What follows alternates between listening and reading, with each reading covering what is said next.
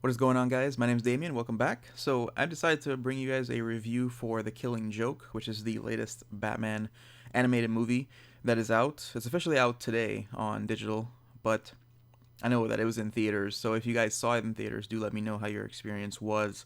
Uh, this film was actually really, really good, and I know there's a lot of controversy surrounding one scene in particular. So, this is a spoiler review. So, if you haven't seen it, then feel free to come back later.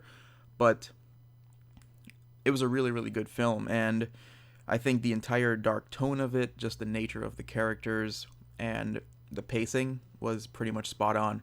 And I also enjoyed a lot of the scenes where they had the Joker. I think just his overall character as a whole was well done as always. That's just generally how his character is portrayed. He is a very intricate type of character where there are so many different layers to him, and you can interpret his character in so many different ways, from Heath Ledger to the Mark Hamill animated character depictions. It's endless, pretty much, to what we're gonna see with Jared Leto with Suicide Squad. So his character, of course, is the standout, but actually, Batgirl is one of the bigger portions of this of the at least she's the bigger portion of the first half of the movie. And the scene in question where a lot of people are, I guess, not too happy, I guess would be the best way to describe it, is the scene where her and Batman officially like have sex.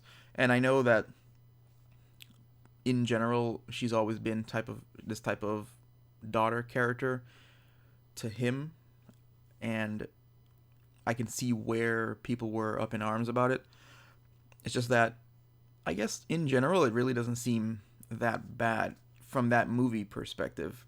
Now, I'm not sure how different it is in the novel, because I know people were saying that the novel was a lot better, which is usually how it goes.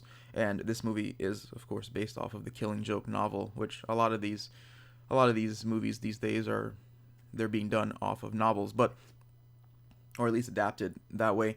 And I don't know. I can't personally say that I have any connection with the Batman and Barbara Gordon character in the father daughter realm, but because I never really saw that with I never watched enough Batman or read enough Batman related stuff to get that, but I know that it's there. And as far as I've understood, that's been the type of relationship, more or less. It's always been a super close type of bond. And it was also ruined, I guess, in the movie for a lot of people by the dialogue that Barbara had when she called Batman a little while after they had had sex.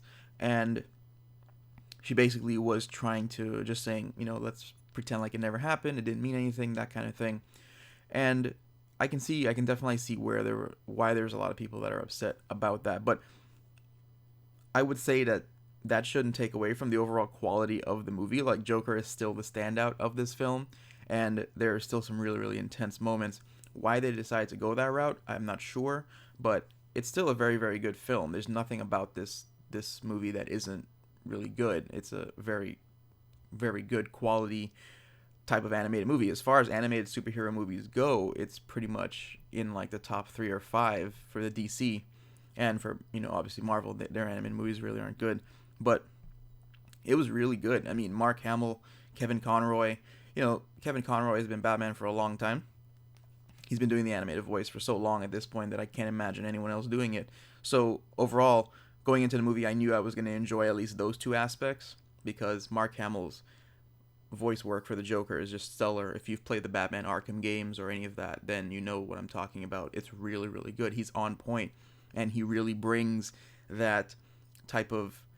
The Joker is, for me, is one of those characters that I fear, even though he's not real. Like, the entire concept of the character, I just never know what's going to happen when he's on screen, and he's usually so convincing that it's literally terrifying to think about a person like this. So, and if an actor is able to achieve that, whether it's through voice work or just on screen like Heath Ledger, then you're doing the character justice, and that for me is what was accomplished in this film. So, highly recommend you watch it. It is R rated, and because of the very dark nature of the movie, the themes are relatively dark. There's some pretty intense scenes as well, and there's certain depictions of violence with a little bit of blood. that is a little bit more graphic than other animated movies would let on. So, with that being said, certain scenes with the Joker, with Commissioner Gordon, his scene where he does shoot Barbara Gordon and he puts her in the wheelchair, leading to for her to become Oracle. All of that happens, and the way that they do it, the way that they handle it, even the backstory involving the Joker, where they show a little bit of flashbacks as to who he was before he became the Joker, and then how he becomes the Joker. All of that is left with so many different interpretations where you could literally talk about it for a long time, and I think that was great.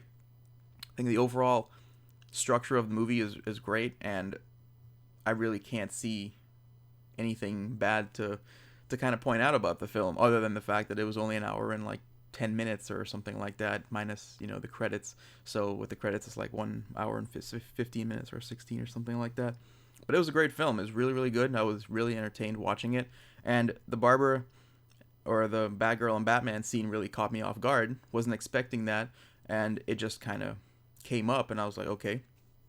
But I basically had a feeling it was going to happen, because there are scenes with her when she's at work where she's talking to a friend, and she's referencing Batman as this yoga instructor, and she said that he's more of like a mentor to her.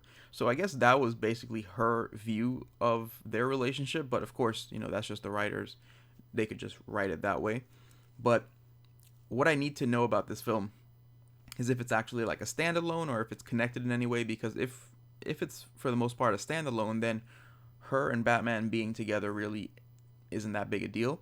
If it's linked with like other storylines in the past, then that's a different story. But if it's just its own entity, then the two of them being together in that moment really doesn't hold much weight to the previous depictions of the character or storylines or so on. So, and I haven't seen anything about that, so I'm not sure. But let me know what you guys think. I thoroughly enjoyed the film. It was really, really great, and it's one of those movies where I'd recommend to other people. So I hope that they do more animated films like this. Superman, Batman, Justice League, whatever they want. Flashpoint was great. DC always does a really good job with their animated films. So good that it's amazing that a lot of people actually don't see them. So I highly recommend you guys check this one out. I give it an easy 9.5 out of 10 just as a movie. As a whole, it was really great. Batman just being awesome. Joker being the biggest standout of the film, of course. And for on-point Barbara Gordon performances as well throughout the film. So let me know what you guys think. Leave a like on the video. I do appreciate it. It does help me out. Check out my other two videos at the end. You can see my Flash Season 3 trailer breakdown, and you can also see my Arrow Season 5 trailer review, where I am not too kind to that show. So I'll see you guys later. My name is Damien.